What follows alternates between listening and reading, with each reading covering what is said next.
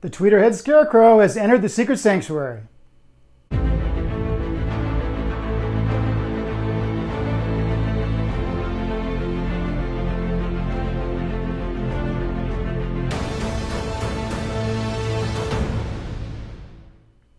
Hey guys, welcome back to the Sanctuary. Let's talk a little bit about Scarecrow, first introduced by Bob Kane and Bill Finger way back in the fall of 1941 in World's Finest Comics number 3. He then appeared 2 years later in Detective Comics number 73, and he appeared on that cover of his second appearance, and it's a very cool Golden Age cover. I encourage you to check that out. And then he disappeared. We didn't see him again for 20 plus years until the Silver Age, when he reemerged in Batman number 189, and it was in that issue that the writers introduced the fear toxin concept to his character. So that's a super brief history. Now let's take a look at this cool statue from Tweeterhead. All right, first I really want to thank Chad at Tweeterhead for sending me this so I can share it with you guys. It comes in a pretty large box. The box is about the size of like a Sideshow premium format, and it presents pretty large. This is a 20-inch tall 1/6 scale piece, 15 inches wide, and 13 inches deep. So prepare yourself. That's pretty deep for a 1/6 piece. It came flawless, no breakages. I don't see any paint issues. It's a really nice piece. You get two portraits. This is the more traditional Golden Age, Silver Age, Bronze Age Scarecrow. Lots of excellent detail on the costume. This is sculpted by Amilcar Fong, who is the go-to sculptor for Scarecrow. He also did the Samurai Scarecrow from XM Studios. All right, so you've got this Arkham base where he's standing on part of the gate there for Arkham. That just looks very, very cool. You got this lantern here with some effects on the fear toxin. You can see the illumination from the lamp on the fear toxin. That looks really good. I love the color of the fear toxin. This green is really nice. This is a very, the Scarecrow is very brown. There are certainly different shades of brown and almost some black there on his pants. So to throw in this green, I think was a really good idea. They really contrast nicely. This is the exclusive, this switch out hand with the fear toxin canister. Try to get that there. There we go.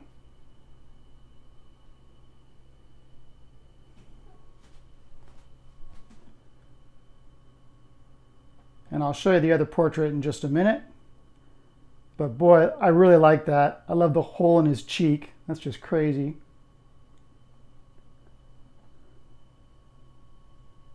Teeth look suitably grotesque, as they should. He's got this groovy kind of pilgrim type hat.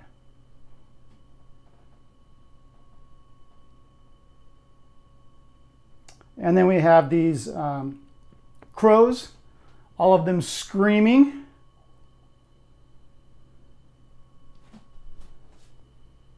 There are 3. Assembly on this was very easy, no problem at all. I'm not sure why Sideshow doesn't do assembly videos for Tweeterhead pieces, especially this one. I think this was only available at Sideshow, so that would have been helpful, but just by referencing photos, I was able to figure out exactly which crow goes where and that sort of thing. I just love, I love this costume. I love all of the detail. It's just what you would expect a Scarecrow to look like. The rope around his waist. Lots of nice shadowing there. The stitching, the very visible stitching, that looks really cool.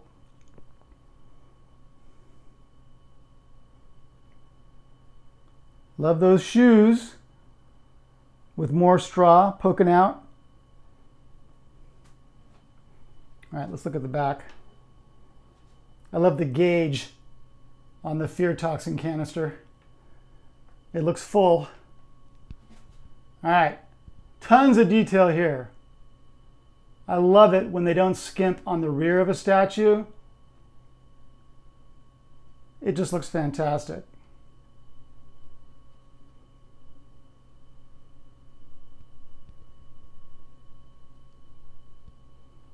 He's going to pair really well with, for example, Tweeterhead's Joker on Throne. Just that whole rogues gallery they got going. This is going to really, really look nicely with those pieces. I love the Arkham motif. He pegs in only on this foot. This foot is just resting on top of the Arkham sign there. But it's very solid.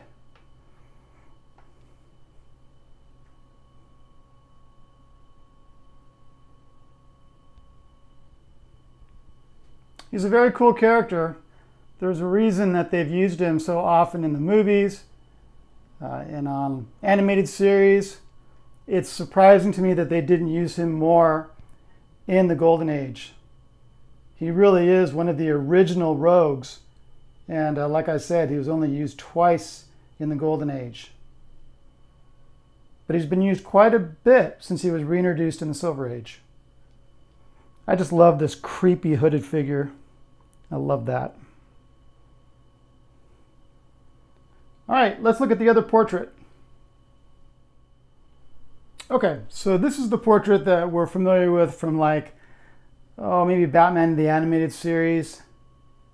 I personally find this one just creepy as hell. You know, to have that kind of stretched over his, I want to say face, but it's almost just like it's stretched over his skull. It's utterly grotesque in the best way possible. That's just creepy. I really, really like that. I think this would be the one to display for me. It's freaky. Very nice.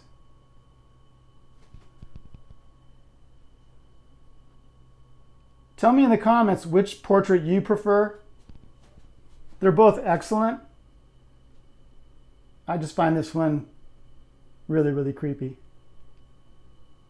All right, and then I also switched out the hand, so instead of that fear toxin canister, we just have this empty, kind of gnarly hand. Having a hard time focusing tonight. There we go. So yeah, the fingers look almost broken. It's really cool. I think the fear toxin canister is really cool, though. That would be my choice to display. His hat is also different. We had kind of a pilgrim hat on the other portrait. This looks almost like a farmer hat. Someone who's out in the field all day. It's funny, the straw coming out of the hat kind of looks like horns almost. Look at that. Creepy. So cool. He's got this giant scythe.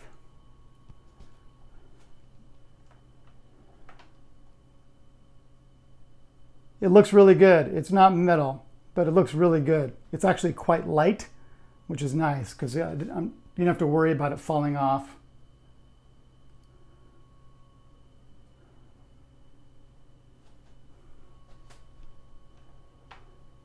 It's a really nice piece. I think everyone's going to be really happy with it. All right, let's take a quick look at the box. Like I said, it's pretty large. It's about the size of a Sideshow premium format.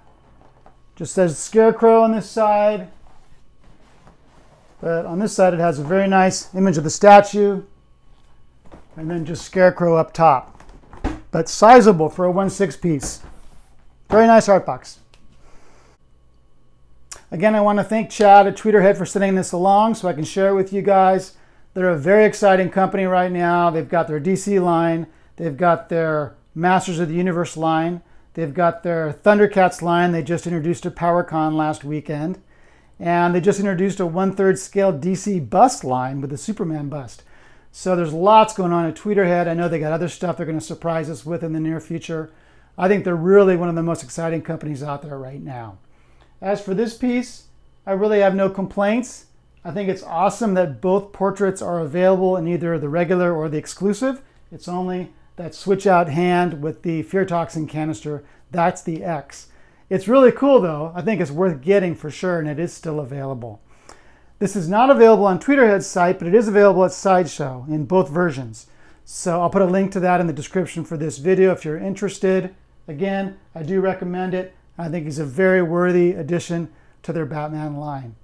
That's it, guys. I should be back very soon with my Darkseid Captain Kirk review and maybe with the Tweeterhead Aquaman. We'll see. That's it, guys. Have a great night. Take care.